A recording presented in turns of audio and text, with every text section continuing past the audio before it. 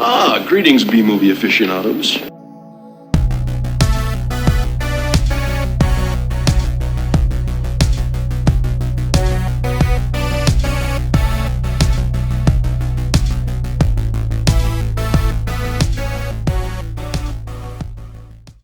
Hello, welcome to A Couple of Flicks. I'm Tristan.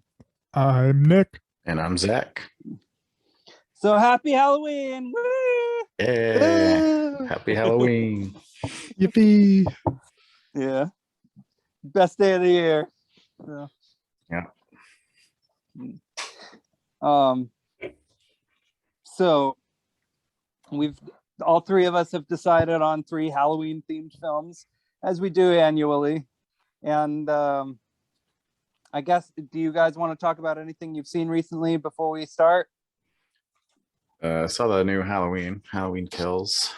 It's awful. Okay.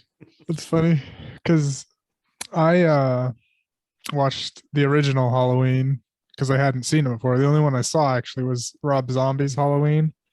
Yeah. So last night I watched the 2018 Halloween, and then the original and the 20. I watched them both. Okay. Yeah, and I'm gonna see Halloween Kills Monday. Yeah. All right. Tomorrow, technically. Yeah. It's not that great. I mean, maybe you'll like it more than I did, but probably not. Is it? I mean, I've seen enough Halloween movies to kind of know how they all are. Basically, like it's different, but like, oh, okay. I don't know. Like they try to connect it to the original any way possible, and then like just shoving it down your throat. Like, this happened 40 years ago. He's back. Yeah. I mean, because it takes place the same night as the 2018 one. Oh, really? Yeah. Yeah. The 2018 one did feel like they shoved. I don't know. It was weird because I watched them basically back to back, and it was kind of jarring. Yeah. Just how everyone was acting, and of course the different director, and David Gordon Green. It was like the first one was amazing, slow paced horror, but only like 5 people died, in the end, and that's like within the last 20 minutes they actually die. And then people are just dying from the get-go on the 2018 version, and just felt like a different, movie for this not generation, but this, time of film or whatever. I mean, yeah. I think it has, okay, so I did feel like the remake, or not the remake, the reboot sequel. Yeah. In 2018, it definitely had a higher body count than the first film, but in a way that kind of made it less scary. Yeah.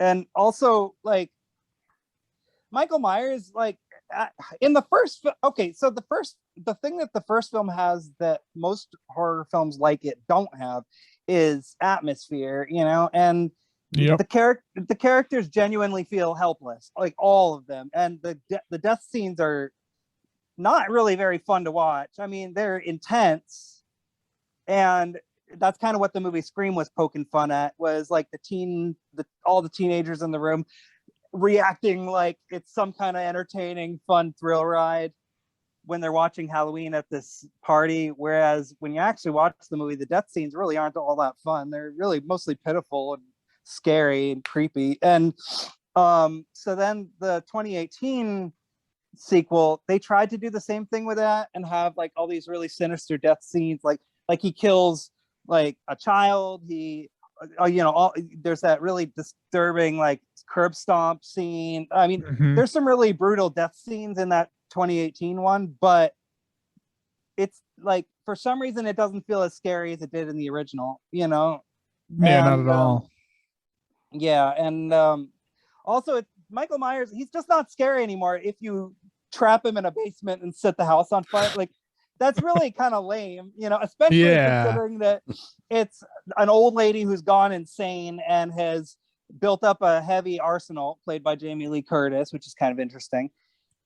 She's clearly not really supposed to be a good guy either, so it's kind of weird that in a house full of heavy duty arsenal and weaponry, they just lock him in the basement and set him on fire. Like, that's really lame, and Yeah. And I was thinking, like, at the end, like, if she's that paranoid and stuff, I personally would not let that be the end of it, because we've seen him, get shot a shit ton of times and walk out. I was like, fire, he can probably walk out of that. Gotta double tap. Yeah, I was like, just cut the head off at least. Like, cut his head off, keep it around you. Yeah, I mean, by the time I finally saw the 2018 Halloween, I already knew they were making a sequel. So I pretty much was like, oh, well, I guess that means Michael Myers doesn't die in this one, Yeah. And I'm watching it and they set him on fire. And I'm like, dude, like, in another Halloween movie in a different universe, incarnation, whatever, that didn't kill him. So, like, all right. Those are all retconned, though. Yeah. Yeah. That's true. So basically, I mean, I've seen enough of these Halloween movies to know how they go. It's pretty much just mostly Michael Myers running around killing people while everybody gets really sad / scared / angry. It's one of the three. Take your pick. Like, I remember at least a couple of them had like vigilante justice in them. And then whenever they try to do something different from that, it always sucks really horribly. Like in the case of Halloween Resurrection, where they decide to go webcam. Or even worse, Halloween 6, which is so bad that I can't even describe it. And I've been tempted to choose it for this show, but I haven't had the guts yet, because it's just one of the worst movies I've ever seen. So I don't know how to feel really about a new Halloween movie. Since they're making 2 of them, I guess I may as well see it eventually. But I'm not expecting anything great from it. The trailer made it promise that there was going to be gore in it, but they pretty much show everything in the trailer. All the good stuff's in the trailer. Yeah, I haven't seen the trailer, so okay. Well, if you don't want to spoil the movie for yourself, don't watch the trailer. But go on. And then there's like a subtle political underlying thing. It's fucking stupid. That's when the movies get boring. A lot of these movies these days have that now, I've noticed. Yeah. And that's how you make the horror movie boring. Go on. I was saying, people are like giving that movie shit because he kills firefighters and he kills a gay couple. And they're like, I saw an article that said Michael Myers is homophobic now because he killed a gay couple. Michael Myers hates everybody. That's the point. He's an evil guy. Like, so who cares if he's homophobic? He's people phobic. Like, he kills everyone, and doesn't give a crap, Right. So, anything it's a check mark in the good column. Like, he doesn't discriminate. He isn't discriminating against them. Yeah, he kills everybody. What were you gonna say? I was gonna say how ridiculous all this shit is. Are those articles? People he kills everyone. Like, I mean, although he did spare the baby's life in the 2018 version, which that scene wasn't really necessary. Like, you don't need to throw in a baby on top of everything else. I mean, especially if it's not even gonna like be important to the plot or anything. Like, it just was like, what the heck? Now you're just trying to be shocking at this point, which I don't mind. The first film had really shocking moments in it too, but it's kind of lame at this point because everything's been done, and you got to try to do something different. Like, I don't know. If they make a gory Halloween, it's like, big deal. They did it before. Halloween 2 back in 81, I think it was. Like, that one was gory as hell. I mean, yeah, the original one really wasn't, though. I didn't think. The scariest scene in the entire Halloween series, in my opinion, is the very first scene in the first film. Like, that was shocking to me, and it still is when I watch it. Like, I find that scene really horrible, and it's gruesome without being gruesome. Like, it's gruesome in the same way the Texas Chainsaw Massacre is, but then after that it tones it down significantly, but not enough to make it like not scary. Like, So, Yeah, like you Yeah. said, it was all about the atmosphere of that first one that made it scary. yeah. You And just John kind of seeing like they do over the like in the 2018 version, he's shown prominently throughout the whole movie, but like you kind of just see his over the shoulder every now and then, and really long shots of people just walking home in the original, Mhm. and it's just the atmosphere and the score, of course. Yeah. Oh, the score is great. And John Carpenter's on pretty interesting director. Like this isn't the Halloween isn't my favorite part. Like it's not my favorite film of his. My favorite is Dark Star, which is one that a lot of people don't really seem to like. But whatever. Yeah, Halloween. That does it, I guess. Yeah. Yeah, let me know what you think of the sequel, I guess, Nick. Yeah, well, I'm seeing it. Yeah, Monday in theaters. Nice. I'm seeing Dune on Monday. So. I saw Dune. Yeah. I saw yeah. Dune. Yeah. All right. So, I mean, do tell if you'd like, but you know. I have no connection to the books or anything at all, but I liked it. Okay. You haven't seen the 80s one? No. Okay. No. Don't bother. Yeah, I heard it was so bad. Yeah. Yeah, it's a David Lynch movie too, which is interesting. Like, Yeah. and he disowns the movie. He considers it not good. I saw it when I was like young enough that I like the sandworm stuff. I like some of the weird effects and the ideas.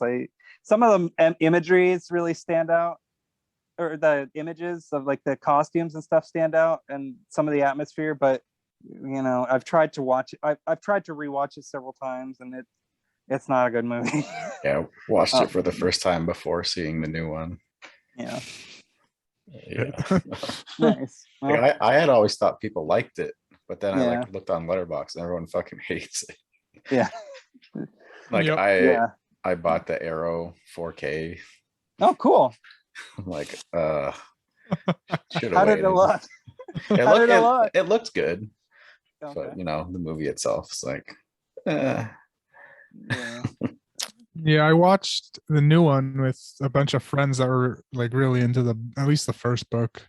Yeah. So I love the first book. And I watched it in like a VR, the VR chat thing. Yeah. So I wasn't Nice. technically like a fully legal copy of it. So Right. they're doing like hand signals. There's like a whole I don't know, language. So there were no subtitles at all.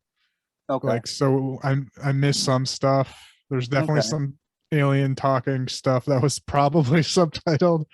Yeah. Because it wasn't just like one scene, but it kept going on, so I have to rewatch it. Okay. Yeah. Well, But I liked it for not Yeah. knowing anything about Dune at all. It was good. yeah, okay. definitely see it in theaters instead of HBO Max, like I did. Like it Really. would definitely be a good cinematic experience. Yeah. I mean, I do have an ultra wide for my computer that makes movies and shit look real nice. Yeah. Like, That's pumps good. out the aspect ratio and stuff, but Yeah. there's no good theaters around me, so it's Yeah. not like I have too much of a choice. Yeah. That's the problem. Yeah, I don't know where I haven't even looked up theaters for tomorrow, so I'm like, like, but I'm gonna cross my fingers because I really want to see it. I love the book, and like even as a fan of the book, I don't regard the original very well. I like that they tried to sort of have some elements, but the problem is that Dune is like, that's a huge narrative story, like enormous, like one of the biggest books as far as scope, like story scope and philosophy and concept and characters and all that. Like there's a lot to that book, Yeah. and there's several of them, and I've read a few of them, but I haven't read all of them. And there's a lot that could be done with it, and like the problem is that every time I think of a film adaptation of Dune, I always think of ways that it would be done wrong. And so that's why I'm really nervous about this movie, because I can't really picture a Dune adaptation being done justice properly, even with a director as good as Denis Villeneuve, you know? Yeah, that's what my friends were wondering too, because they like I said, they are fans of the book. They said it was good and it did do justice pretty well. Good. But Okay. they were asking my opinion because I had no idea what anything about Dune, because they were like, they said, oh, there's a lot of definite fan service and only things that the readers will get. Yeah. And they were asking me my opinion. I was like, I mean, it was good, yeah. Cool sci-fi action with, Yeah. and Yeah. it's just, overall good because, well, how do you say his name? I thought you just said Dennis Villeneuve or whatever. Denis Villeneuve? Yeah. He's, I Yeah. mean, an awesome director. So it was just a good movie, overall movie. Yeah. Okay. Because I mean, I really, really love Arrival. I love I love I really love, Arrival. yeah. Like I can't think of any movies of his that I don't like. I loved Um, Prisoners. That was so good.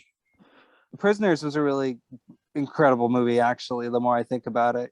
Cause when I finished it, I was sort of feeling really divided on it because it was such a punishing experience, and I felt I didn't know how to feel about the ending, so I wasn't sure if the film really justified the whole onslaught of because emotions in that movie are really, really heavy, and then the violence is pretty explicit on an emotional level too, and it's pretty, I don't know, I can't imagine, if I were a parent, I can't imagine watching that movie, honestly. And so I watch it sort of as a suspense thriller, but I don't know whether or not the ending was a true payoff, because I just felt really attached to the characters, and I didn't quite appreciate the way the film left me hanging, but at the same time I kind of appreciated it in a way, because it made me feel like the characters, because the characters were constantly running into red herrings and dead ends, again and again and again,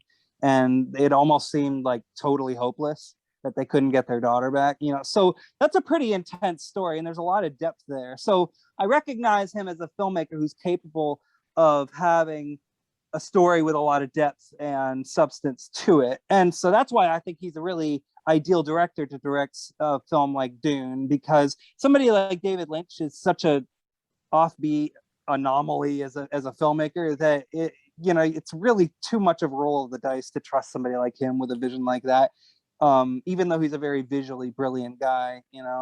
So, but I'm excited for the cast. I'm excited for pretty much every aspect of it. Hans Zimmer is always, satisfying. It's hell yeah, dude. Yeah. Yeah, I'm looking forward to it. So, okay, so I watched a pretty incredible movie. It's a French film by the same director as Raw, which I don't know if either of you have seen that. Yeah, I've seen Raw. Okay, what did you think of that one? It's pretty good.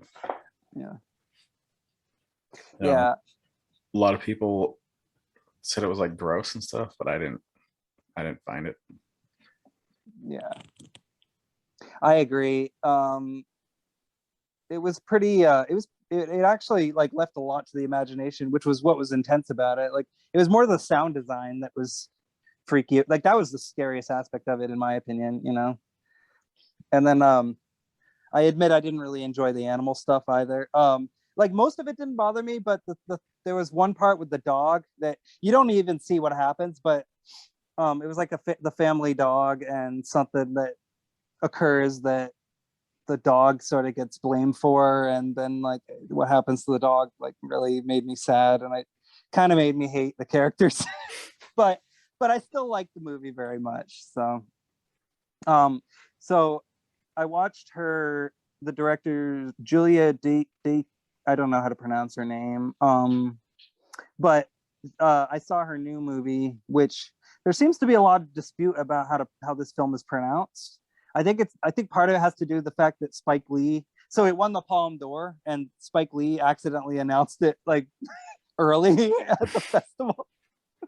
Like, because they tell him to announce the first prize, and he says, "The Palme d'Or," and he said the title, and I think he mispronounced it or something like that. I don't know. That's what somebody told me today. But Titane, I think is what it is, how it's pronounced, like titanium, because that's the only thing I can correlate the title to. But who knows how the actual pronunciation of the title is? But I Titane seems like the most like accurate title to me. So, and I don't quite know how to describe the movie, but it's a really visceral, gnarly body horror movie that is way worse than Raw. I'm just gonna say it right now. Like visually and emotionally, it's a lot more heavy hitting and harsh, but it actually amounts to a really beautiful story, and the ending actually made me cry like a lot. It was a great movie. I loved it. I think it's my favorite movie of the year, actually. But it's wicked visceral. It kind of reminds me of Tetsuo, the Iron Man, a little bit. It also kind of reminds me of Henry, Portrait of a Serial Killer, too. That's an interesting mix. Tetsuo and Henry. Yeah. Yeah, it's very, very hard to describe without spoiling it. I guess like kind of the main thing, it's not the main part of the plot, but there's an aspect of the plot involving a woman who which this is going to just make the movie sound shocking and disgusting, but it's actually a lot more than that. Like there's a lot more to it, like on an emotional level. Like it's actually a really beautiful film. It's kind of a science fiction film in a way, but there's a scene where a woman like basically has intercourse with a car and then gets pregnant with it. Oh geez, another one of those ones. Yeah, and it is done in kind of a realistic way, but also kind of heavily symbolic. Like I don't know, it's definitely not for everybody, but I really loved it a lot. Like I thought it was a beautiful movie. I don't know if I'd recommend it to anybody exactly. I mean, it's a little bit trickier to place. I mean, because it's about pregnancy and it deals with a lot of other really like sort of intense stuff, but I really loved it a lot. Yeah, I hadn't heard of it until everyone started doing Letterboxd reviews, so I'll have to check it out. Yeah, I only watched it because it was by the same director as Raw, and I was like, oh, okay. So it's good. I loved it like a lot. It's like one of the best movies I've seen in a while, in my like personally. I do have another one if we have any time. Sure. I saw the last duel actually. Excellent. Yeah. The new Ridley Scott movie? Yeah. Lucky. Yeah, it's also a Ben Affleck, Matt Damon joint too. I love those. I didn't know that they were heavily involved as they were. Like I knew Matt Damon was the star of it, but I didn't know Ben Affleck was in it. And then cool. Like before going, I read that they were both the writers of it with another female, Nicole Hoffenser or something like that. Oh, okay. Yeah. So there was some like some of the funniest scenes were with Ben Affleck because he played like I don't know what the exact, like not a full king, but like a duke or a prince of like a large section of France. And he was just like a drunk kind of, dude banging all these mistresses and whatnot. It was just funny to see him and Matt Damon. And they were like, he was giving Matt Damon shit throughout the movie because they were kind of at odds, those characters. But yeah, it's a funny little like a medieval Matt Damon, Ben Affleck movie. I'm sold. Yeah. And there was also just like the way the story was told is in three different truths. Like they go through Matt Damon, Adam Driver's, and then the female leads their version of what happened. I like those kind of movies. Jodie Comer is her name. Yeah. So it was interesting to see like the different aspects of like they'd show scenes that are from the first story. Like it starts out with Matt Damon, and then you see Adam Driver's version of it, and it's a little different. It's like Matt Damon's comes off as a knightly knight, honor bound, and like he saved my life like Adam Driver said in his version, but like in Adam Driver's version, it's him saving Matt Damon's life for one in that scene, and it's just some funny shit that they do with that. And That's cool. then the last one is about the princess, or like Matt Damon's bride or whatever, and the controversy around that, and the real story, the true story of what happened and whatnot. Oh, nice. Yeah, it's good. I definitely want to see it. I always enjoy Ridley Scott's movies for the most part. So, even if they're bad, I still like them. So, yeah, like The Counselor was, everybody hates that one, and I don't really like it either. But at the same time, like I think it's so ridiculous that like I kind of love it in a weird way. So. But right now I'm sort of like I'm gravitating the most toward Matchstick Men for some reason. So probably because Nicolas Cage is in it. But anyway, so yeah, let's jump right in. So okay, so we're starting off with I think the one that you chose, Zach. Yeah, I chose Hack-O-Lantern. And right. I hated it, so I Same. I didn't pay much attention. Yeah. Same. I didn't like any of these. Yeah, it's one of the weaker lineups we've had. I would agree. Yeah. But that's all right. Yeah. Yeah, so let's yeah, do you want to dive in too heavily or not really? Like Not really, but okay. this doesn't even have a Wikipedia plot summary, so I'm just gonna read it from Letterboxd. Okay, go for it. A young boy named Tommy sees his father murdered by his grandfather in a brutal satanic ritual on Halloween night. Years later, as Tommy's grandfather attempts to initiate him into the cult, a mysterious killer begins preying on the people closest to Tommy. That's the plot summary. And that's pretty much all that happens. Yeah. Pretty much. The whole film could be summarized on a napkin, really. Yeah, I don't think they knew what they wanted from a movie. Yeah. It was a mess. I don't know if they wanted a cult movie or a slasher or what. I don't know. Well, whatever it is, they failed miserably. Yeah. Because like the way this started off, I thought that it was going to turn into like a Troll 2 type of movie. Like the opening scenes were so bad that I was like, okay, this has promise. Like I'm ready for this to be like a so bad it's good type of movie. Oh yeah. You know, because it's like you got the stupid grandfather who doesn't even look like a grandfather. You got this bouncy kid who ends up growing up spontaneously into a 35, 36-year-old man. Yeah, and it's Mac's dad from It's Always Sunny. Oh, is that? It's so funny. Yeah. I didn't catch that. That's awesome. So, yeah. I hope he's proud of this movie. But then the film gets really lame and sort of dissolves into a series of music videos, cult LARPing. I mean, there's a lot of LARPing in this movie. It's funny because like all the cult guys were just rednecks, like fat rednecks. I'm like, okay. Yeah.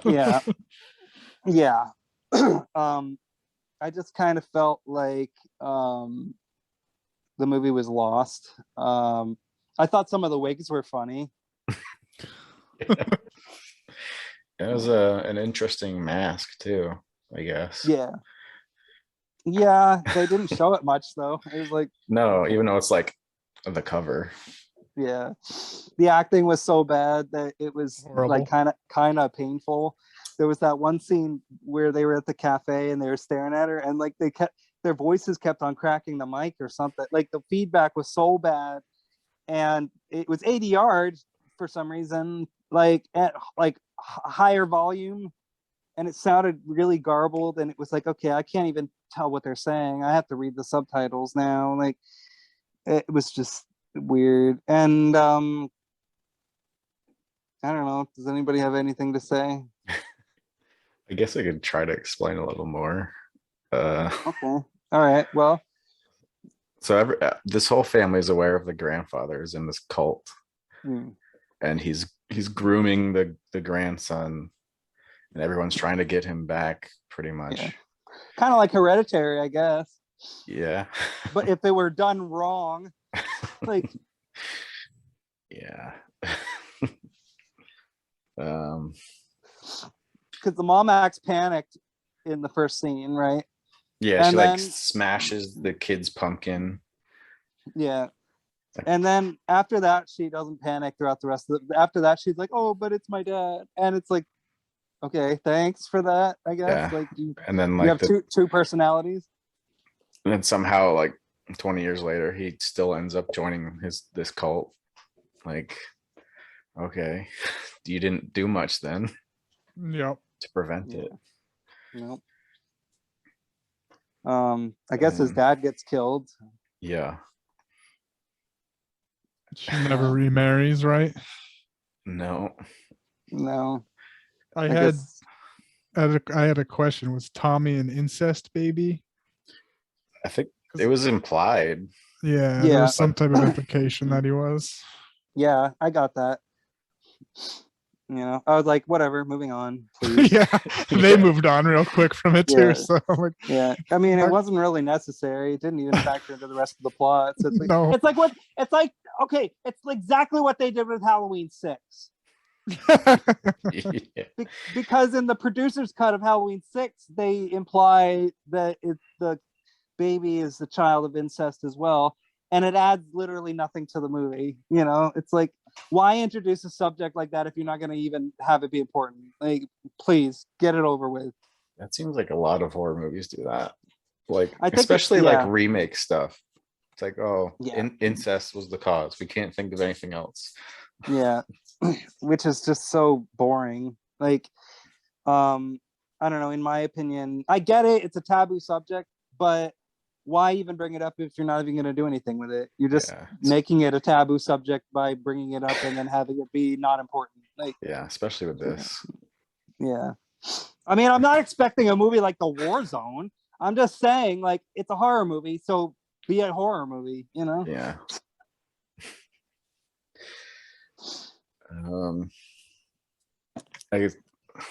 I don't really know what the point of the cult was. They sacrificed someone on Halloween. That's all I got from it.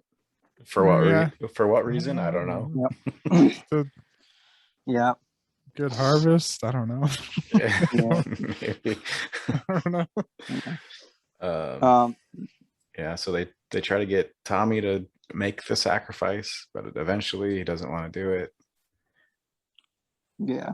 And then, well, before that, like a person in the cult robes starts killing people randomly. Yeah. Randomly, but it's obvious. Yeah. Honestly, after the first kill, I saw what the twist was going to be. Yeah. Because it didn't make any sense. Same. Yeah, because it was all the siblings' friends, pretty much. And significant others as well, mostly. Yeah. Yeah. And, So like, yeah, the problem with it was like it's trying to lead us to believe that Tommy's the killer, right? But the first person that I at least wrote down that was killed was his girlfriend by the masked dude. So I'm like, okay, well, it's Tommy's not the killer, obviously. It's his mom. Yeah. Which is like, yeah. There's still some, I guess, thinking that it could be the grandpa, but I don't know. I just saw right then. I was like, oh, it's the mom. Yeah, like why didn't she just kill the cult members? That would have made more sense. Yeah. That's kind of a no-brainer, to be honest. Yeah. That would have been more interesting.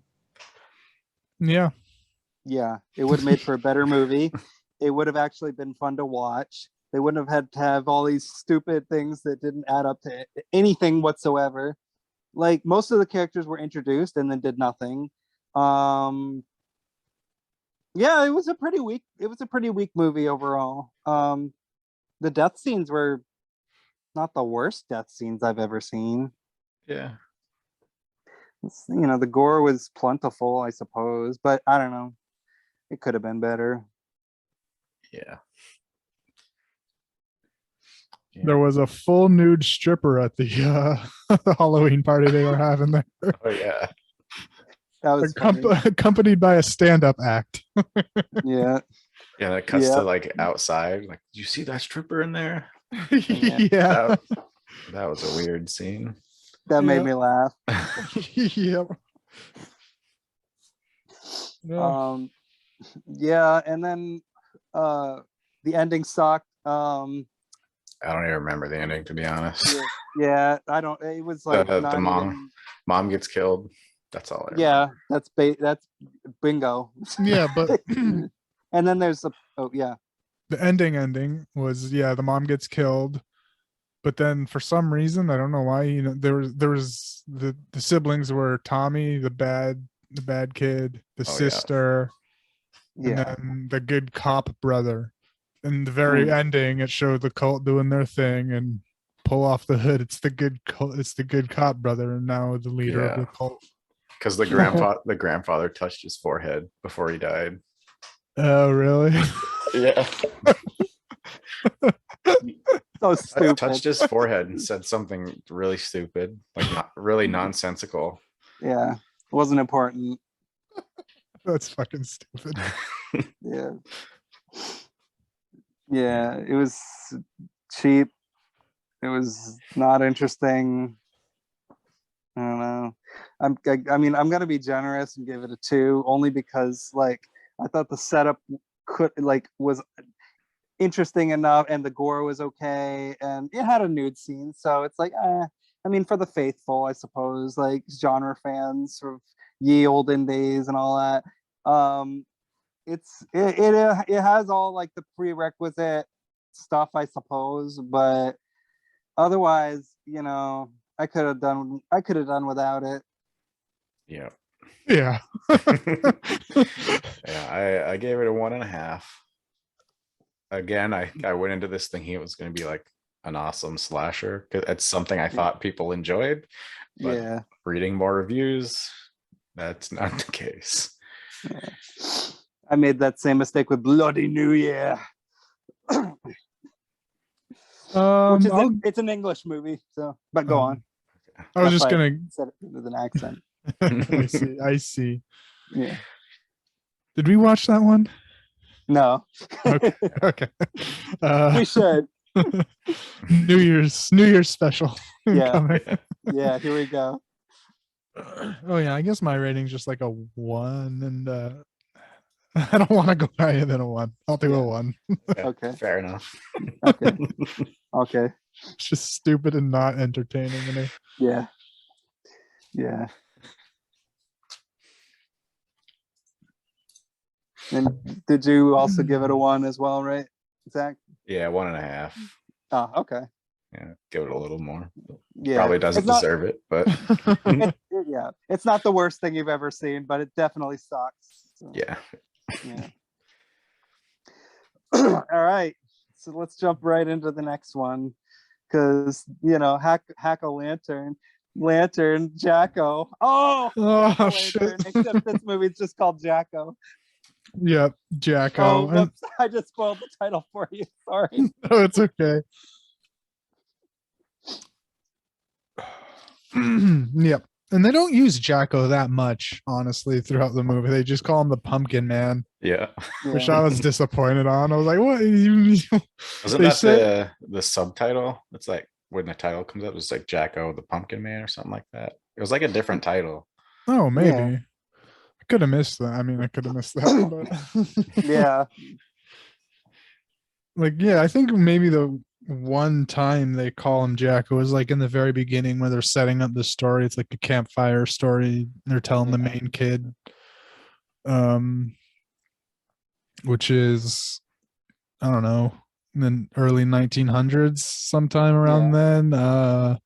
Some guy was accused of being a wizard, and so the town killed him, hung him up, lynched him, whatever. But before the wizard died, he put a curse on the town, or not on the town, but on these two, I don't know, this one family, I guess. it's a little confusing because they explain it differently a little bit throughout the movie. But it's the main kids' ancestors. They put a curse, I guess, on the town too. I don't fucking remember that. This pumpkin man will come and kill them all. Oh, and they do say, yeah, make the streets of Oakmore run red with the blood of the Kellys, which is the name of the name of the family that did it. It's hilarious. Yeah. So yeah, that's the main story, is about this kid just doing a Halloween stuff, typical Halloween things for kids. Yeah, doing the Halloween thing. He has his parents look pretty normal. They're setting up a nice little haunted house for charity. That's just there. And throughout the movie, this kid's having like fucking trips. He's tripping out hard. He like sees the past and shit, and sees his ancestors doing everything. So we get more, context on as to what happened. Like the kid, the ancestor that finally like locked him away, I don't know, died while doing it too. So there's that. Yeah. It happens throughout the movie. It's not just like dumped in at the very beginning. He just sees the Halloween, the pumpkin man. Yeah. Yeah, which I laughed when I saw that costume. Like, I laughed so hard. Like, I was just like, oh my gosh. This is like this guy with this giant pumpkin head. I was like, oh no. Yeah. This is going to be another one of those stupid, like, Goosebumps things. Look like it, yeah. So luckily, it didn't go too far in that direction, though. But yeah, I honestly didn't mind the costume for these three picks. It was probably the best of the killer costumes. Probably overall, it looked cheap, but it was fun, Yeah. Yeah. The parents. There's this lady that comes to town. I don't know, the main kid's friends call her a witch, but I don't know why, they just do. But she turns out to be some reporter. She says to them at the beginning, doing a book on the killings that this movie's taking place around.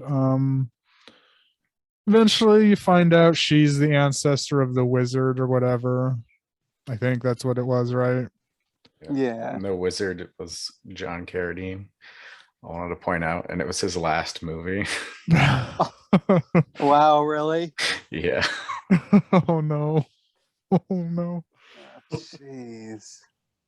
And I couldn't help but notice that the kid was watching Cameron Mitchell on television. Oh yeah, and Brink Stevens. Yeah.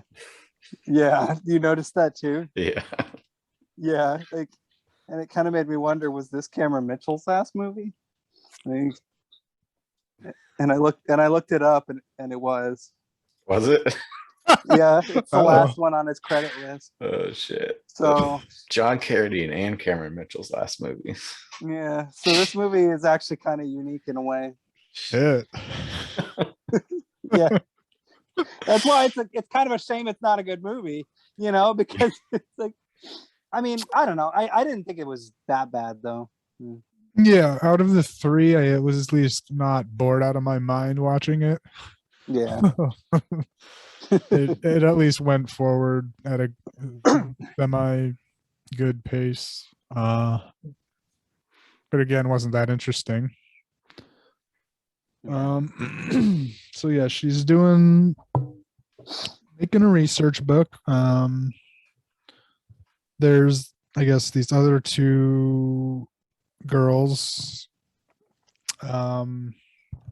babysitters, I guess. Yeah. I don't know why they necessarily needed a baby. I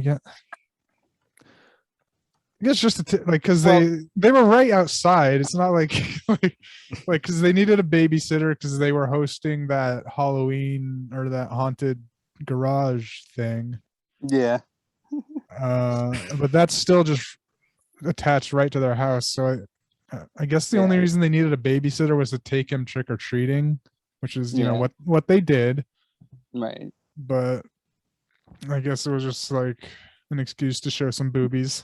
Yeah, Well, I mean, because it's Linnea Quigley, so well, yeah, and Yeah. the film makes sure that I mean, the camera definitely gets a pretty good gander at her whole body. It's like her ass, especially. And that was a long shower scene. That was a long shower scene. Yeah.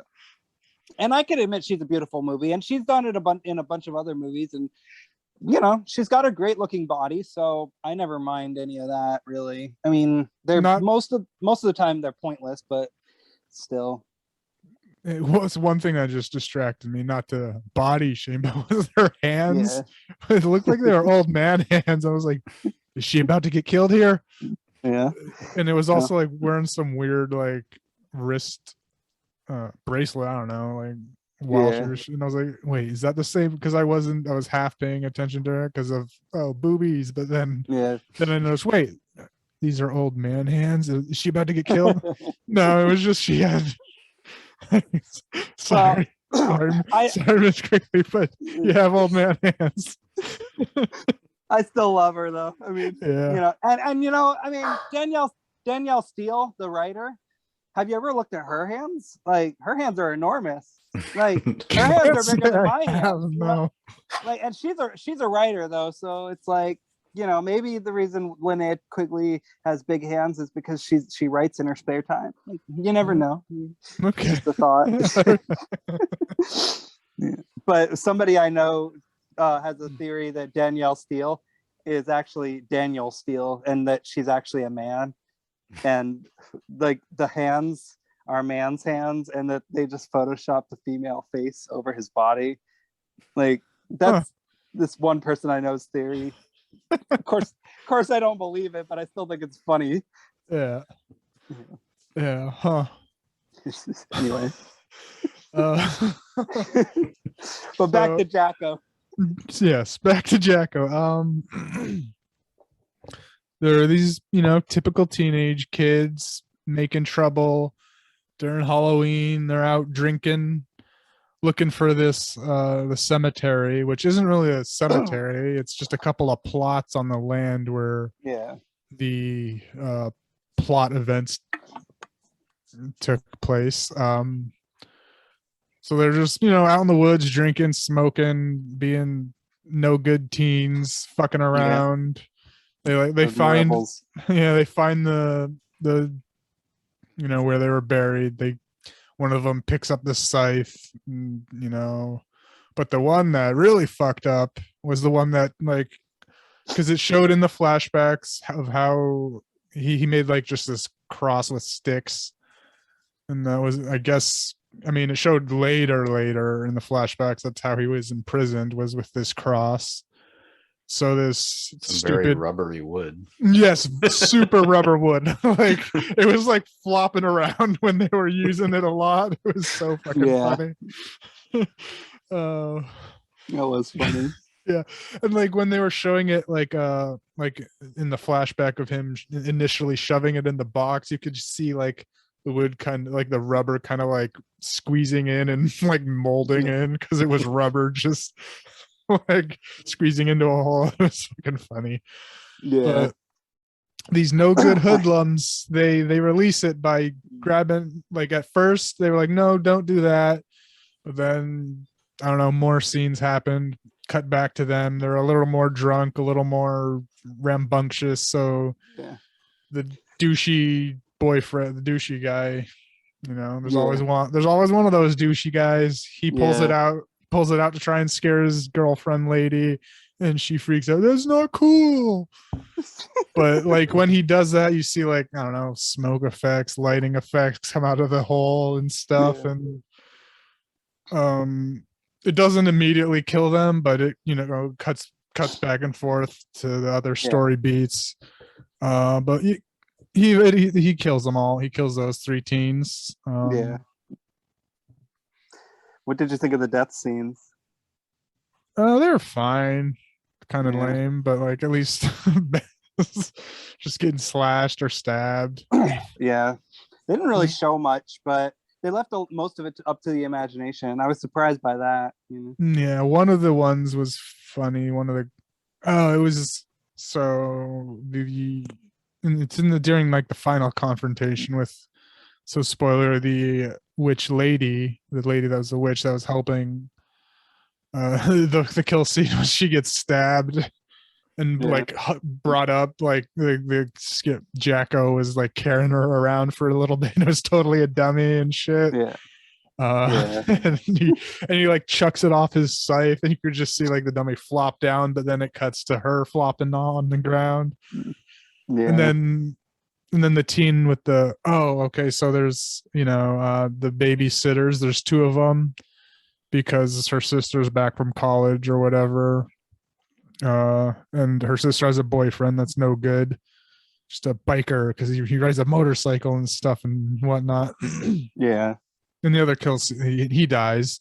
That was a funny one because he gets decapitated and is the shittiest looking fake head there is. Like, yeah, so bad. I love that. I love like bad head effects. Yeah. Some random cable guy gets killed as the other, like the two main babies. I'll just call them the babysitters. The babysitter's sister is trying to just run. She gets out alive. But she runs into some cable guy just doing work and he gets murdered. Yeah, I remember that. That was just random. Because then this is because the editing was a little weird too at this point. Because I was like, because at this point no one's died yet. Yeah, and getting closer to the end of the movie, and it's like, no kill scenes, Yeah, and it shows like and then there's there's just like this random conservative couple in the neighborhood. It's like it's so fucking funny, this couple that it's like you lose me. Yeah, it went mute. So can you hear me now? Like, yeah. Okay. At first I thought you were being censored. Anyway. Oh God. No, I just bumped a cable.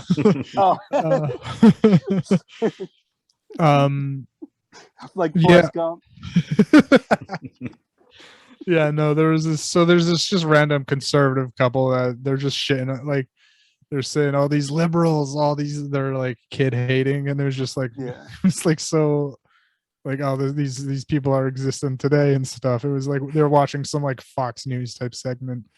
Yeah, like a Rush Limbaugh type fella who's like spouting whatever. Yep. So they die. that kill scene was funny. He just gets stabbed.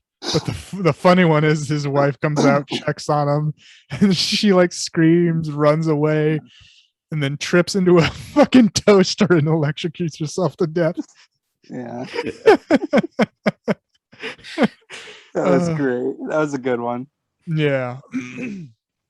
And what I was saying is like I was a little confused at like because all of these kills were happening fairly simultaneously. Like there was just a scene where it was cutting to like Jacko. He was in the house of the main characters because he was like stomping on that kid's picture and slashing shit up, but he was also out at the teenagers.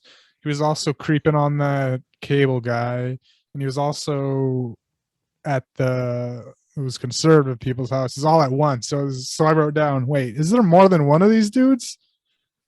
But no, I'm pretty sure it was just shitty editing. Like they just threw all of those scenes they just lumped them all back to back. Like this makes no, like, is there more than one? Like, no. Well, like that's the thing. I mean, he teleported. Yeah, he has that teleport powers. Yeah, there's no way he could have covered that much ground that fast. Like it was like, what the hell? Yeah, can't really tell if it was that or just shitty editing. Yeah. And by the way, and I'm sorry to bring this movie up yet again, but Halloween 6 like does the exact same thing. Like it's kind of I'm starting to realize that Halloween 6 was inspired by a lot of really bad movies, I think. Yeah. So like all the more reason to watch it one of these episodes, you know, maybe next Halloween. Yeah. Oh god. I don't know. Oh. So kills, yes, all those kills happen. So yeah, it's revealed eventually that yes, as I said earlier, the lady is a descendant of the wizard, but she also wants to kill him because Yeah. I don't know why her like he cursed his family too or something. So like Yeah, and she maneuvers herself into this family to do it, basically. Yeah, yeah, that was weird. Yeah, and then it all ends up being for nothing. Spoiler alert, but go on. yeah. Like I figured she was because she had that locket. Like they show her with the locket of the picture of him. So I thought she might be like working with the wizard or whatever. Yeah. The wizard slash Jacko, but she's like, no, I'm here to end him as well because they're after me too. Yeah. Which was confusing because I thought she was a descendant of the wizard. So I'm like, why would okay? I mean, maybe she's just a good witch slash novel reporter that just wants to kill a bad guy. Yeah. But she implied that she's also like they want to kill both families. I don't know why. Didn't make any sense. It was weird. So while that's happening, because the kid is out trick or treating, parents trying to get info out of her. She lays it all there. The dad goes out looking for the kid. There's a chase. The pumpkin man finally finds the kid and his what you might call it, babysitter. She lives. She just gets knocked out. He didn't care because I guess he has like a Michael Myers thing of just going straight after this one family. Or he did. Like yeah. Yeah. And yeah, so there's a chase scene that I don't know, he eventually so the reporter also reveals that the only way for this to end is the fifth descendant of this first guy that locked slash killed him originally was going to be the one. Like it's a Voldemort Harry Potter scenario. One of them has to live and one of them has to die kind of thing. Yeah. Like so either the kid has to kill the jack-o'-lantern or the jack-o'-lantern has to kill him. That's basically what it boils down to. Yeah. And he does it. I don't know why, but Jacko, captures the kid and then takes him to the burial plot. Like I don't know why. If like I don't know. Like we were not given the semantics on the curse. I guess like this whole killing thing. Why didn't he just slice his head off right when he had the chance? Because he captured it and like basically took him to the grave plot and funnily buried it. It was a funny burial alive scene because it was him using the end of a scythe, and it was just like he could have probably used his hands to dig up more dirt than he was using with that. And the kid's reaction. Oh no. Oh, so bad. Oh no. Yeah. That was my favorite part. Yeah. And it like showed him like being completely buried at first. It was like just like a small layer of dirt. You could see he's barely underneath it. But like when the parents and the journalist lady come, he's definitely fully underground because he like climbs out of underground like a one of those hand out of the ground scenes. He pulls himself out and says don't hurt my mom and dad, and then he turns around. During the kerfuffle, there's the cross is there. The kid just manages to kill him with because he's holding it up, trying to keep him away, but Fuck, I don't know. The dad tackles him. The dad tackles him onto the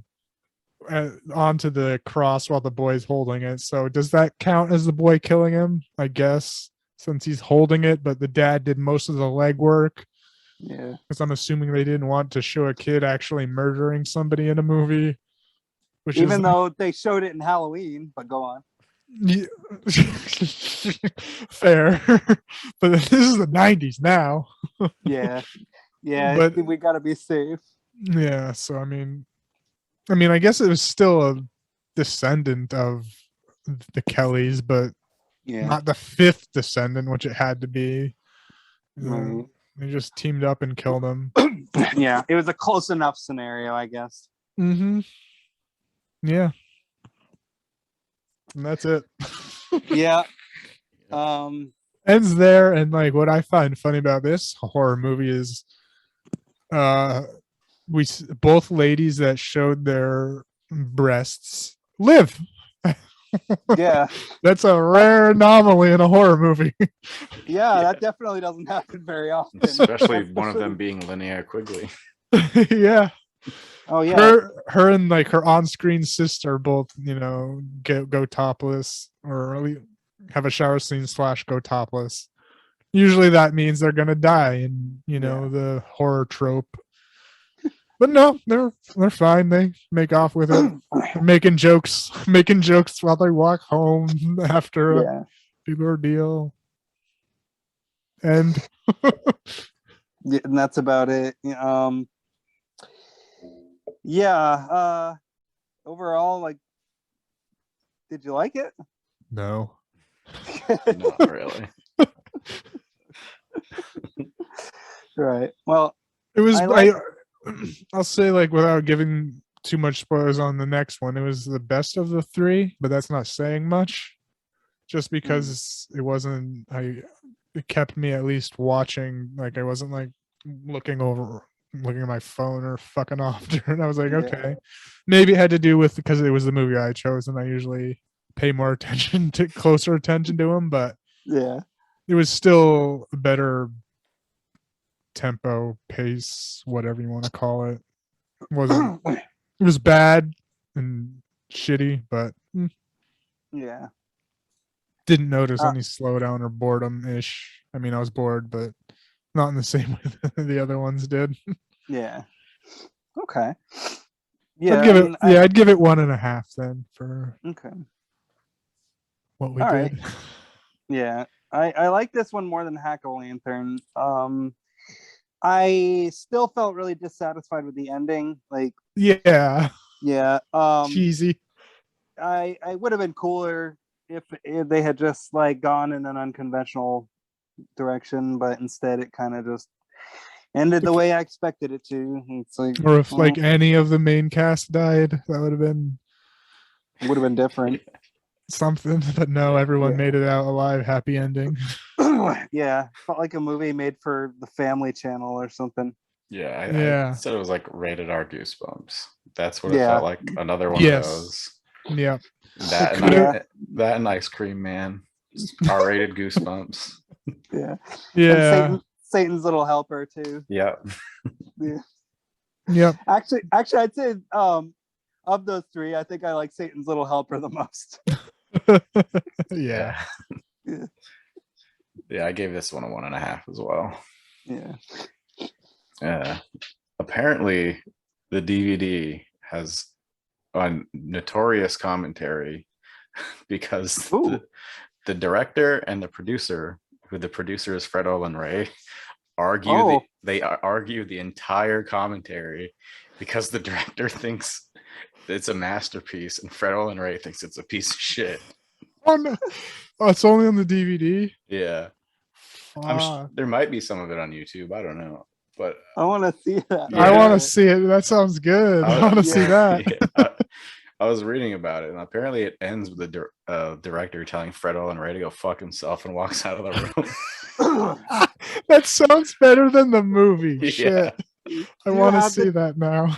Do you have the DVD? I don't. I definitely want to get it because of that. Yeah. That might be a purchase in the near future. Shit. Yeah, that sounds funny. Oh man. Yeah, I mean, I admit I'm not the biggest Fred Olen Ray fan, so I'm a little bit biased toward this movie, or I was biased toward this movie at the beginning when I saw his name in the credits. In the end, I actually got more into it than I did the Hack-O-Lantern. Because even though like it was not really very interesting, I still was like, all right, I do kind of want to see where it's going, in the end, and so I stuck with it better than I did Hack-O-Lantern, but in the end, like the ending was just so generic that I just was like, well, that was kind of a nothing movie. Yeah. I'd still give it like maybe like a 2, 2 to a 3, perhaps, just because I like it more than Hack-O-Lantern, like I said. I don't know, like the death scenes were interesting. I liked the kid. I liked the I thought actually the villain mask was probably my favorite. That was the best part of the movie. I thought that was really like hilarious. So I'd give it 2 for the mask. Oh, nice. All right. I didn't mind the bad guy costume. Wasn't necessarily terrifying and a little cheesy, but it looked like a cool Halloween costume to go out in the normal Halloween costume way of in the real world. I mean, yeah. Yeah, pretty much. But all right. So Fred Olen Ray production of Jacko. Shit, gotta see that commentary. Yeah, the Pumpkin Man. The Pumpkin Man. Well, Fred Olen Ray, I mean, he'll like take footage from other movies and put them in the trailers for his movies. He'll like release the trailers for the movies before filming is even finished, and he'll put in footage of other movies in the trailers. Like he's that type of person. He's done that kind of thing before. He's admitted to doing it. I mean, and he doesn't watch his own movies either. He just makes them and then never watches them. Like he's that kind of he's a director for hire, but he's made some of some of the more peculiarly awful movies, So like Genie in a String Bikini. Let's say I follow him on social media. He seems like a douchebag. Yeah. Yeah. I mean, I've never met the guy, but I remember seeing Tomb of the Werewolf. Yeah. I've never met him, but I've seen Tomb of the Werewolf, which I think had Paul Naschy in it. You'd think with somebody like that, it would actually be worth watching. But he did Hollywood Chainsaw Hookers. He did, yeah, which is probably my favorite film of his. Nice, that was a fun one, yeah. All right, so here we go. Now I feel like I have to apologize yet again because last year I chose Mazes and Monsters, which ended up being a particularly unpleasant made-for-TV movie, and I feel like I have to apologize for this one because this one wasn't much better. Was this made for TV? Because it felt like it. It was, yeah. Okay. I've been purposefully choosing made-for-TV horror movies, Halloween horror movies for these episodes, just because I'm curious to explore the world of Halloween in the 80s and what the kids watched on television. Like, speaking of, oh, sorry, I was gonna say, speaking of made for TV movies, you should watch the remake of Slumber Party Massacre that Sci-Fi did. Oh, they made a remake of Slumber Party Massacre? Yeah, a Sci-Fi remake. Oh my god. Yeah, I watched that this morning. Was it good? No. It's another one that like flips it around, so it's like a feminist kind of thing. It reaches near Black Christmas levels of, yeah. Hilarious. I mean, and the original film was in its own way a feminist film, believe it or not. Like, it was a female director too. Yeah. I mean, all 3 of the Slumber Party Massacre films are female directed. But the first film actually did have some. It was written by a feminist writer, and I watched like the making of, And I remember there were some parts that explained it. But of the three Slumber Party Massacre films, I think the second one is probably the most outwardly feminist, I guess, according to what experts say. Apparently, I don't even know what that means, but the second, but which is ironically the worst of the three. But or coincidentally, I should say. But I still kind of like that movie because, I mean, that's the worst serial killer weapon I've ever seen. A drill on an electric guitar. Like, there's a reference to it in this new one. Oh, excellent. All right. I'll keep this one. I'll keep an eye out for this one. Slumber Party Massacre. But okay, the movie I chose was Dark Night of the Scarecrow, and TV horror movie, Halloween themed, Dark Night of the Scarecrow title. My first thought was, ooh, Killer Scarecrow slasher movie, right? Yep, that was my thought. That's what you thought. That's what you guys thought too. Yeah, I was excited to see it. Yeah, I was stoked. The cover made it seem like there's gonna be a bunch of pitchfork kills. Yeah. I was stoked. I was like, oh my god, this is gonna be epic. A Killer Scarecrow. It's not that. It's another Zombie Island Massacre situation where Blue balls you Zombie Island, hard on that. Yeah. Zombie Island Massacre has no zombies massacring anybody. It's a drug deal gone wrong movie. It's boring as hell. And this is kind of more of a psychological thriller about small town vigilante justice gone wrong, pretty much. Like, does that about summarize it? Yeah.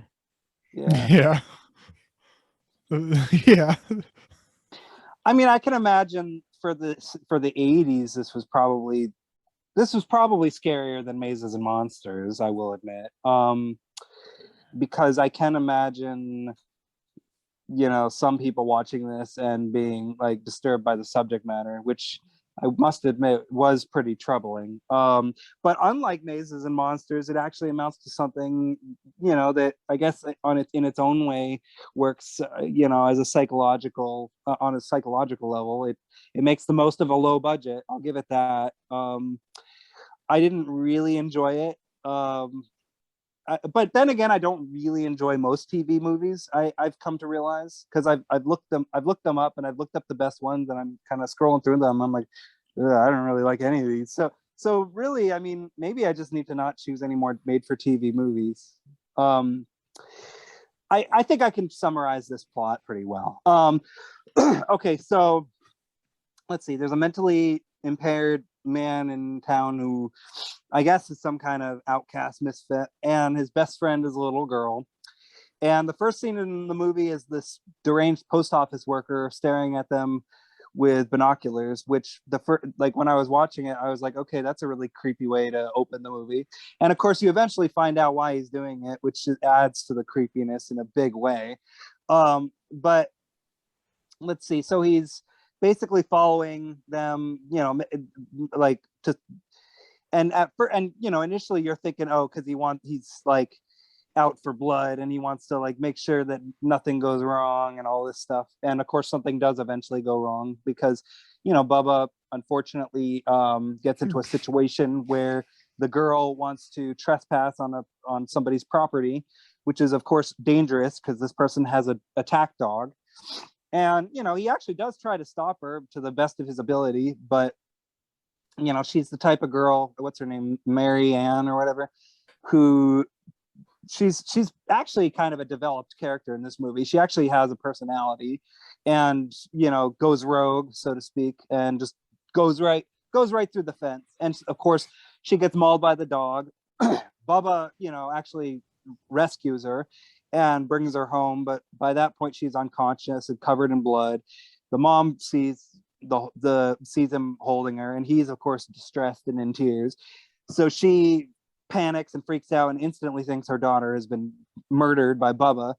And so then the deranged post office worker gets one of his friends and a couple of random farmers who are also cousins together, and they go to Bubba's house, who Bubba is of course being raised by his mother. So it's a situation, where the mom's kind of raising this, arrested, developed, adult man. And they of course, want to see him guns in hand, so they're obviously going to try and kill him. And she's like, fuck off, get away, you ain't touching him. And she actually tries to hide him in one of the scarecrows behind the house. But of course they have dogs with them who sniff them out. So they head over to the scarecrow. He's standing there on the scarecrow, like in the scarecrow costume, totally petrified because he knows that he's about to die. When you saw his eyes through there, it looked kind of creepy, actually. Yeah, it was a very it was a very disturbing image. That's what I thought we were going to get more of. Yeah.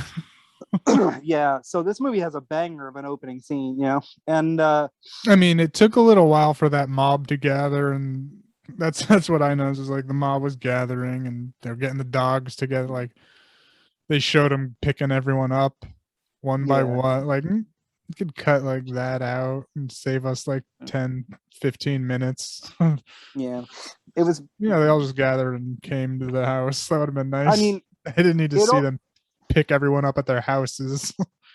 It ultimately did amount to something though, because it like as far as character development goes, it actually did sort of make some of their actions a little bit more understandable later once you kind of see their perspective too. You see, okay, so that's showing the characters was fine, but I just felt it like dragged on for because there was just like a large, I mean a lot of points in this. I felt a lot of scenes just kind of dragged on needlessly for a few extra minutes than they had to. Yeah. And that is both the blessing and the curse of a lot of made-for-TV movies, because in the 80s, and actually for a long time after the 80s, TV movies were really, really cheaply made. They didn't have a budget, and so the writers had to rely a lot more on the actors to sort of carry the movies. And so this film is heavily character-based, which in I think a lot of people's eyes probably makes it not the most entertaining horror movie, I would imagine. But okay, so he's in the Scarecrow costume, and tragically they blow him away. And then immediately after they blow him away, they get the call on the radio that the girl's fine, that Bubba actually rescued her, that it wasn't a situation where he attacked her and harmed her and killed her, that it was actually the dog and all this stuff. The mom, is, really relieved and is thanking the guy and all that stuff. So, of course, they're now panicked because they basically just killed an innocent man. So they decide, okay, well, let's put a pitchfork in his hand to make it look like he attacked us. Which... Unfortunately, small town in the early 80s, I would imagine the courts are more kangaroo oriented at that point. I suppose in the world of this movie. So they ultimately get off on the technicality that they killed them in self-defense, which what I wrote down was it said not enough evidence. Yeah. I guess they're going was the ultimate ruling, but also I guess so. It didn't really make sense to me though, because in the end that is what got them off somehow, like because that's the thing that got brought up in the evidence and all that stuff, and the judge looked at that and was like, okay, and it's like, well, that's bullshit. Like that's just like not even, because it's not whether or not they killed him with probable cause, it's whether or not they killed him, so like, yeah, it would be in self-defense, but that brings up like a whole other issue and aspect as to why he acted in self-defense, because unless he's somebody who's known for acting violently, which the film, I mean, never really gets into, although there's a very disturbing implication at the end, but I'll get to that. Other than like, there's really no, like it seems based on nothing, so that was sort of a frustrating scene, but I think it was probably intentionally frustrating, so then the movie mostly just shows these guys dicking around for a while, and sort of in the midst of that, the little girl runs away from home and runs to Bubba's house trying to find him, and is asking like where he is, and she wakes up the mom, Bubba's mom, and Bubba's mom doesn't want to tell her what happened, which I actually can understand why, because in a way it was actually her fault, but that's neither here nor there. I mean, obviously she wasn't the one who killed him, but she was involved in the events that led to his death, so whatever. But she also feels really bad for the girl and actually kind of takes her in a little bit, but she can't handle the girl either because she keeps running outdoors, and she ends up running to the the Scarecrow post where Bubba was butchered, and tells the mom like, oh, it's okay, Bubba's not gone, he's just hiding. And the mom is like, oh, it's so sweet, and it's like it's supposed to be a touching moment, but at the same time it's like, oh man, this is really just kind of depressing now. So then what the hell else happens? Oh, by the way, Zach, do you have any thoughts that you want to share? Not really, not yet. I Okay. mean, Okay.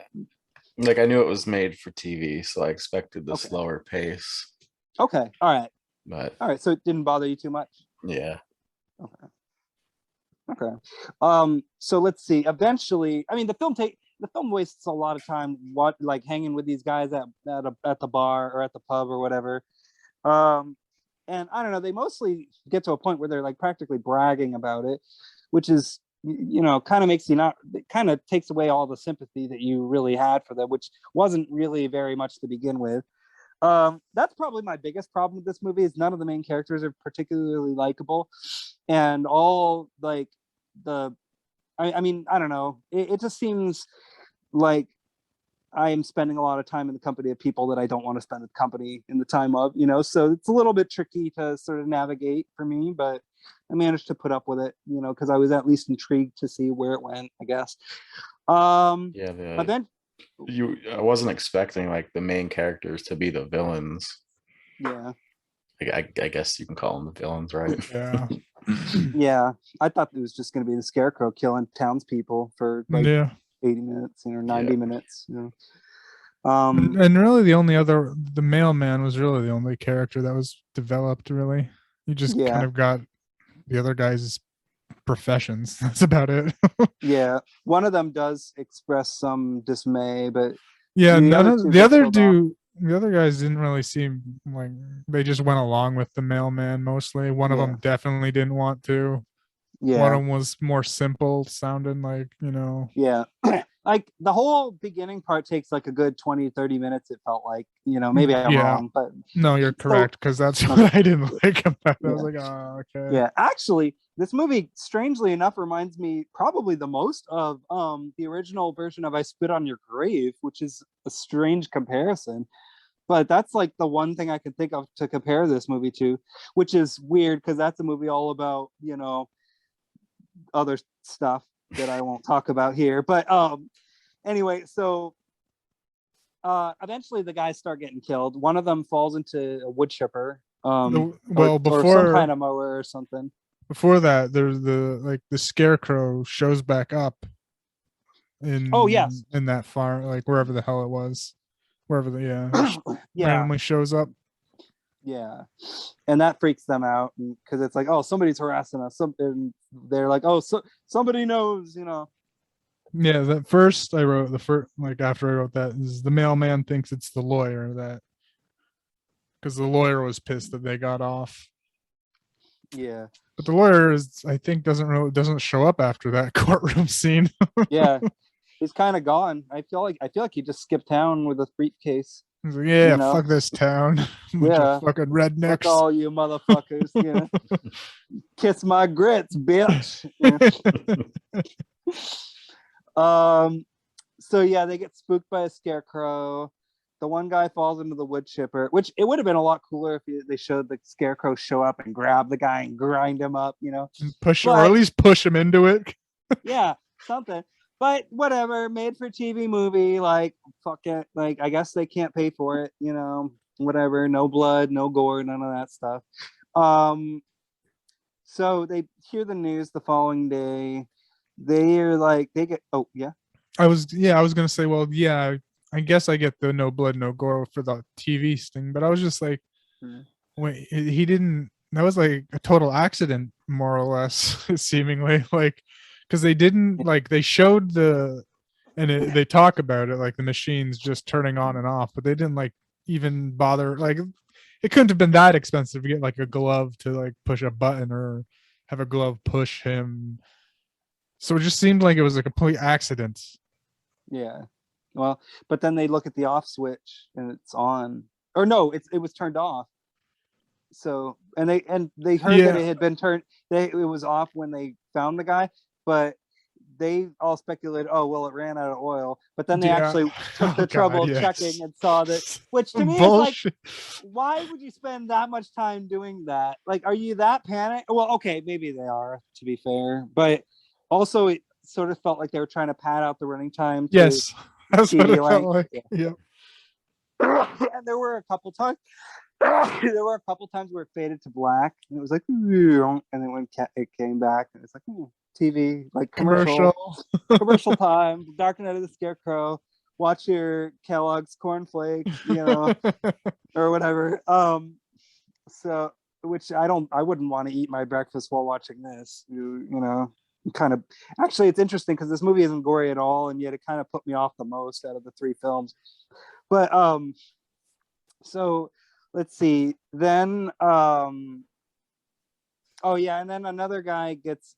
Oh wait, no, that happens late. No, okay.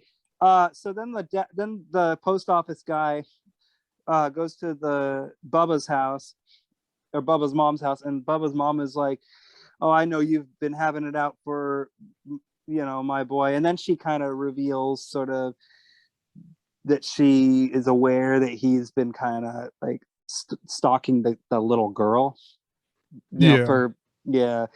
For reasons that she more or less implies to be, pretty bad.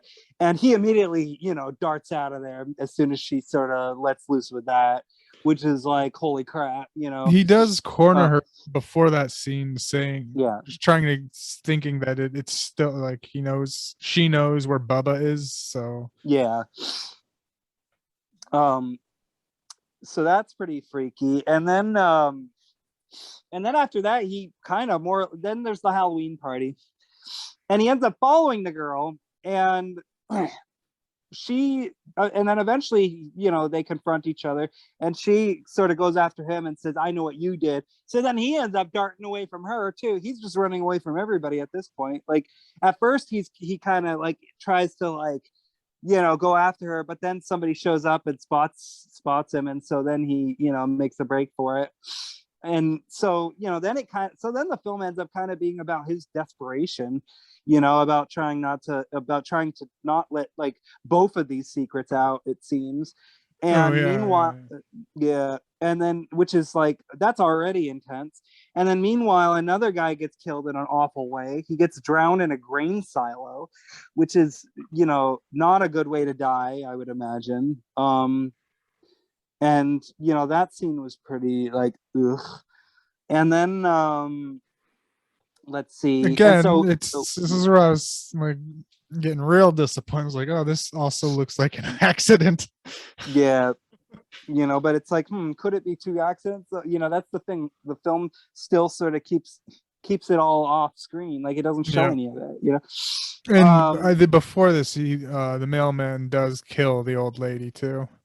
Oh yes, that's the next thing that happens, or before, yeah.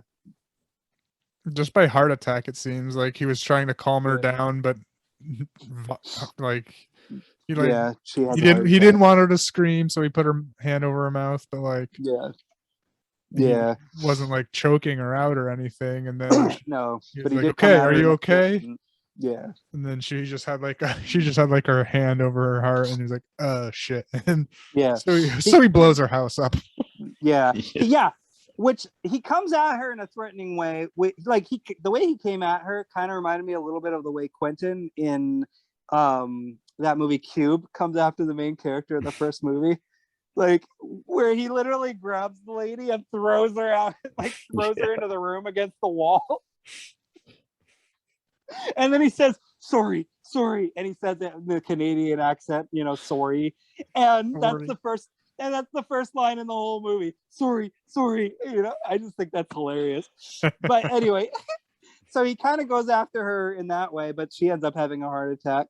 And so then he turns the gas on and blows up her house to make it look like an accident. So he murders Bubba's mom. So he kills the mom. Luckily, Marianne managed to not be there, but it's like, Jesus, this guy is like a loose cannon at this point.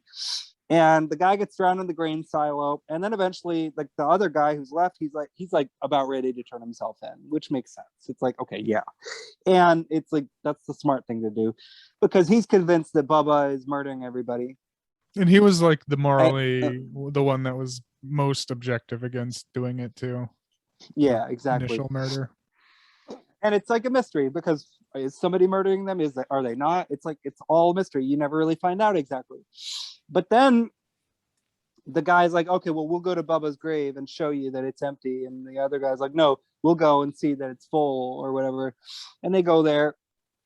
They go to the grave, open it up, and the twist ending, it's full. He's actually still in there. And so they're standing there, and then the post office guy decides to take the opportunity to knock the guy out and bury him alive, which is just sick. And at this point, it's like, so there's no Scarecrow, there's no like, and I'm like, so this guy's just gonna get away with it, But then, luckily there's another twist ending, so the film kind of picks up in energy a tad. Just a little bit. Yeah. Not really quite. It's like too little too late at this point, but whatever, I'll take what I can get.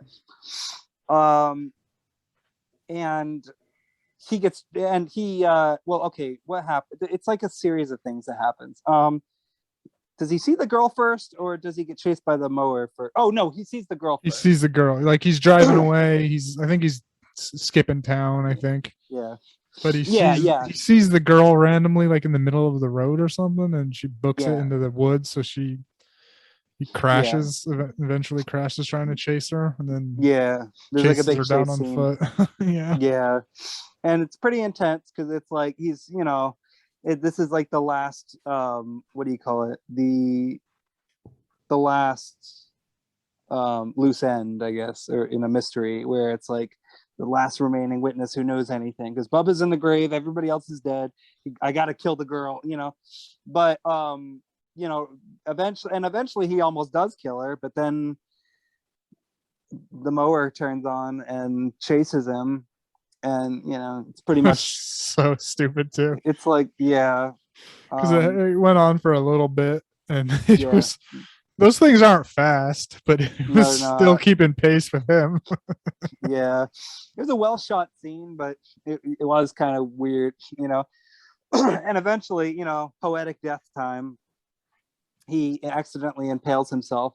Spoiler alert, I don't know if it even matters, but he impales himself on a pitchfork, which is the same pitchfork that he used as a weapon against Bubba to frame him for the murder. It was still held by the Scarecrow as well. Yeah, and it's like, whoa, that's crazy. Like, twist, like strange and scary ending. And then the little girl shows up and reaches out for the Scarecrow guy, and she's like, oh, hi, Bubba. And so it's like Bubba's returned from the grave, I guess. It turned out he wasn't dead after all, or whatever. And she reaches out to him and is like, now let's play a new game. It's called the chasing game. And it was just like a really sinister moment on the two hands. And it was like, what's that supposed to mean? Just kind of. And so so the movie ended in a way where I just didn't really know how to feel. It ended on like a freeze frame too, of like, their hands holding, and like a flower in the middle of it too, after she said that. Yeah, and it's like, okay, that's all cute and all, I guess, but he just murdered a man with a mower, or no, he just chased a man into like a pitchfork and tried to kill him with a mower. So it's like, I don't know, kind of troubling, but I guess that's it. That's why it's a horror movie. I guess. I will give it a 3, not because I liked it, because I really didn't like it, but I will give it a 3 because it actually did affect me more than I expected. and more than I was hoping it would, because I thought it was just going to be a silly slasher movie about a killer scarecrow. I didn't expect it to be a really heavy made-for-TV movie about messed up people in a small town. It's like, ugh. Yeah. But that's just my opinion. So credit where credit's due. It's more effective at what it does than Mazes and Monsters was. And Mazes and Monsters is arguably a more messed up movie, but that one was messed up in a way that just was confusing and frustrating. Whereas this was at least well written, I suppose, for what it was. That's my opinion. But you guys are allowed to trash it all you want now. So. I gave it a 2.5. Okay. Like, I knew it was TV movie. I knew it was going to be slow pace. Yeah. I mean, and okay, so it was the most boring of the three. Yes. Yeah. But it was the most well made. Okay. So it still held my attention. Yeah. Okay. I guess. Cool. I didn't know it was a made-for-TV movie, which makes a lot of sense, and I guess I could give it more. I was gonna go with a half a star just because it was. It was the straight up most boring and like it. But I did find the mailman craziness to be at least something. Yeah. Something intriguing and like, oh, this guy's just losing his fucking mind, or Yeah. and what is happening? Are these accidental coincidental events? Is some spirit haunting him? I don't fucking know. Yeah, it did depict him as being very human. There were a lot of close-ups of his face reacting to stuff and like looking panicked and stuff. So I'll go. So I'll give it a whole nother star now that I know that it was made for TV. 1.5. Okay. All right. Okay. Cool. All right. So yeah. So I guess that about summarizes it.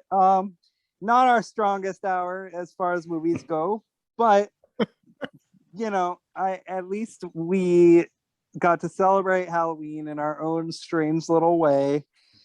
And, we got more crazy, silly, weird horror movies to look forward to in the future. So, hell yeah. Yeah.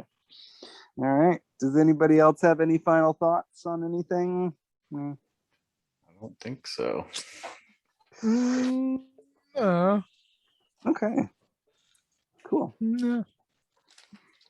All right. Well, happy Halloween, everybody. Ooh. Yeah, ghosts everywhere. All right. Peace. Have a good one. See ya.